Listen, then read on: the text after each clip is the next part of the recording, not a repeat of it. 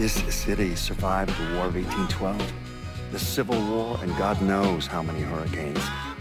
But when Lincoln Clay went after the mob, he inflicted more damage than all the wars and hurricanes combined. Welcome back, everybody. My name is Nick930, and today we're going to be doing a video review for Mafia 3 on the PC. So let's just talk about the elephant in the room. This game is locked at 30 frames per second, if you didn't already hear. This is a terrible choice by the developer and will likely hurt this game's reputation forever. But let's just focus right now, just for a little bit, on the rest of the game, because that's important too. So the game's story is actually really good. It uses a very unique storytelling technique that I've not actually seen in a video game before, where most of the plot is delivered from like interviews, newsreels, broadcasts, and court recordings of people talking about the main protagonist. So it's not just a linear playthrough like most games. It's kind of broken up into little stories here and there, and it's done very well.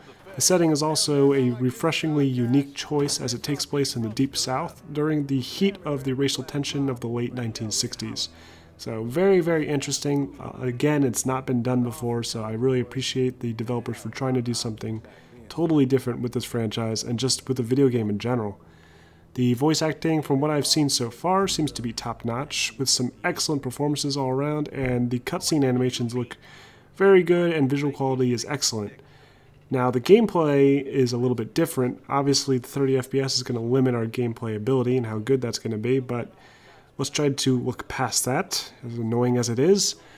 It's actually decent enough to hold players over through the story. It's nothing revolutionary for an open-world game, but it does include all the things you might expect, like a cover shooting mechanic, side quests scattered all around the open-world map, and the actual shooting is actually a lot of fun.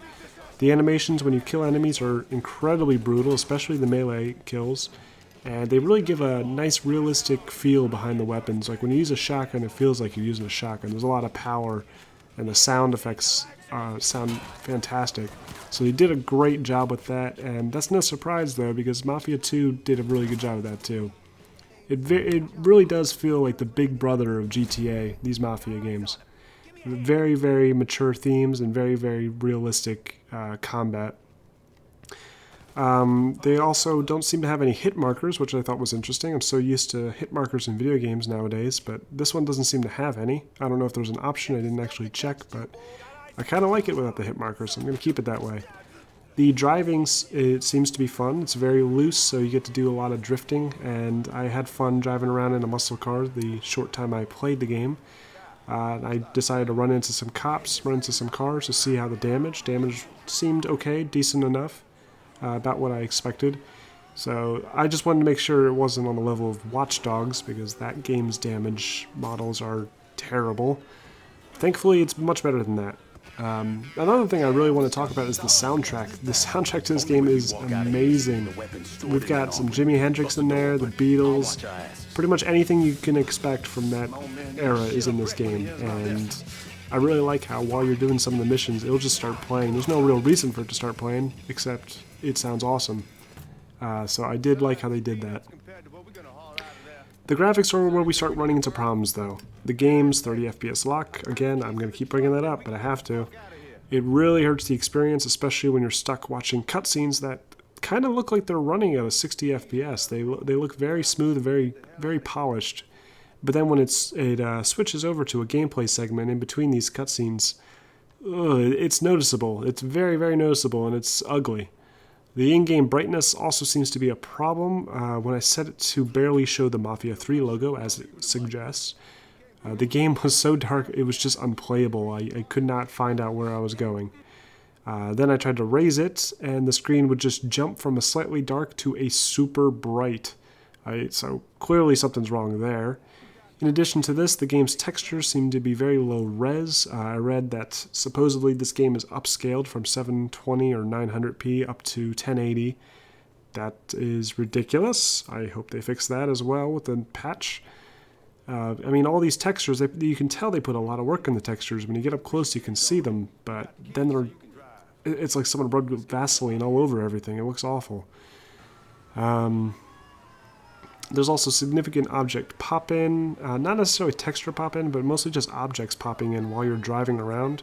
You'll notice NPCs, signs, and other static meshes just popping up as you're driving past them, and it just does not look realistic. It pulls you out of the experience.